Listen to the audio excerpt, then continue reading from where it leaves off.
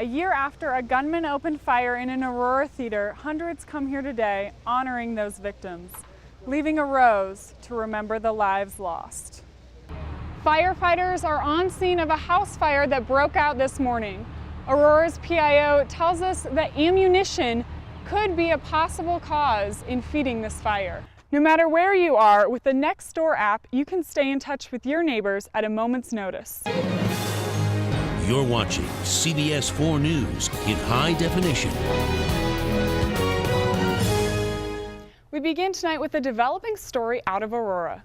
Police say a toddler was left in this car and is struggling for his life.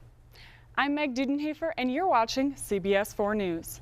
The child's mother is under investigation for child abuse. Investigators tell us she left her 5 children in a running car. When she returned, she found her 2-year-old daughter stuck between the car and the car's frame.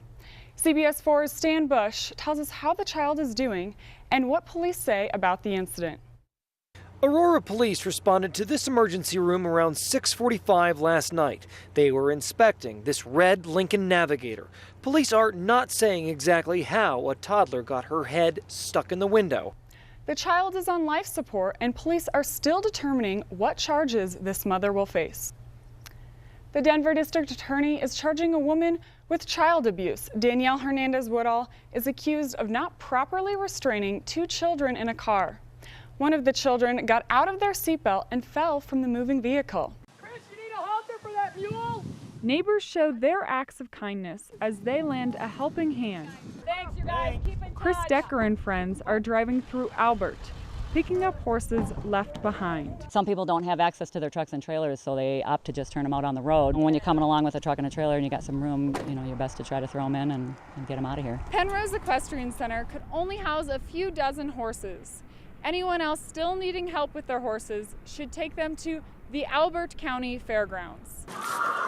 There are many individuals that are down in southern Albert County that are looking to evacuate their horses just because the air quality down there is starting to get bad. Mostly in Black Forest areas. Jessica Logan is one evacuee who has already made it to the fairgrounds. It was really stressful watching the smoke billow up and not quite knowing what to do, and knowing that I just had to make sure the animals were taken care of. Logan is taking care of her clients' horses and is grateful she has a safe place to bring them. I can't ask for a better crew to be around.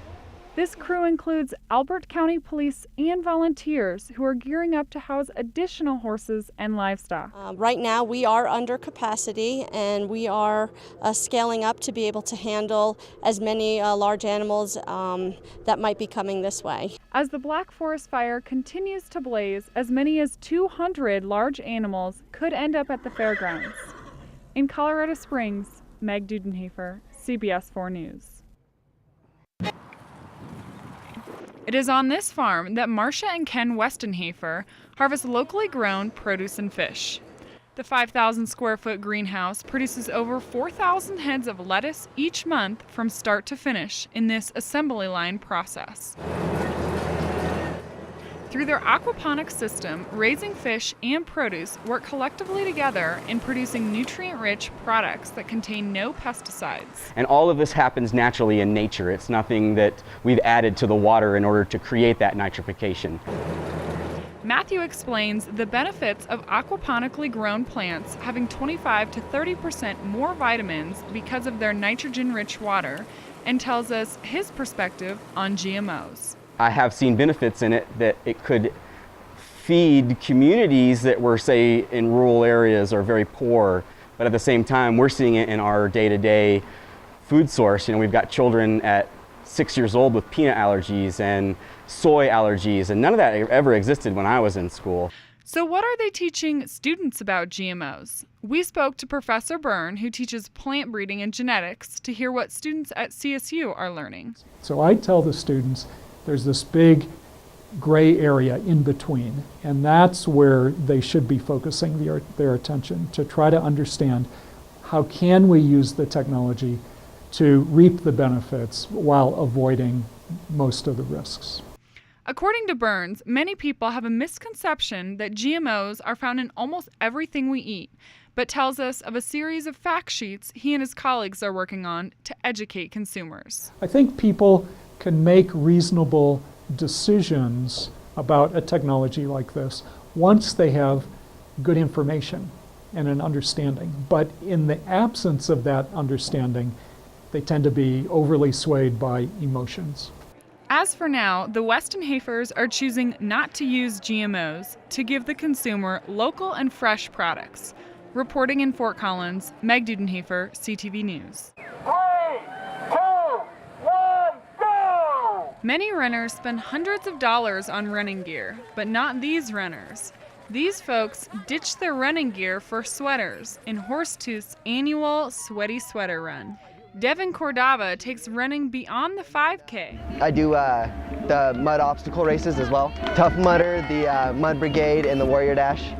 Once the race is finished, runners brave the chilling waters. Some more daring than others. From duckies to cheeseheads, friends battled the waters together for an unforgettable experience. Matthew was hesitant at first, but with the support of his friends, they all went out and had a good time. You only get a chance to do this a couple times in your lifetime, so just get out there and do it. Reporting from Horsetooth, Meg Dudenhafer, CTV News. All ages gathered in Old Town Square on Saturday to show off their spooky side. This was the annual Zombie Crawl. Expecting to see a lot of zombies. I don't know, a lot of sponsors too. I think I scared more adults than I did kids, surprisingly. From zombie face paint to the live DJ, there was something for everyone. While some people transformed at home.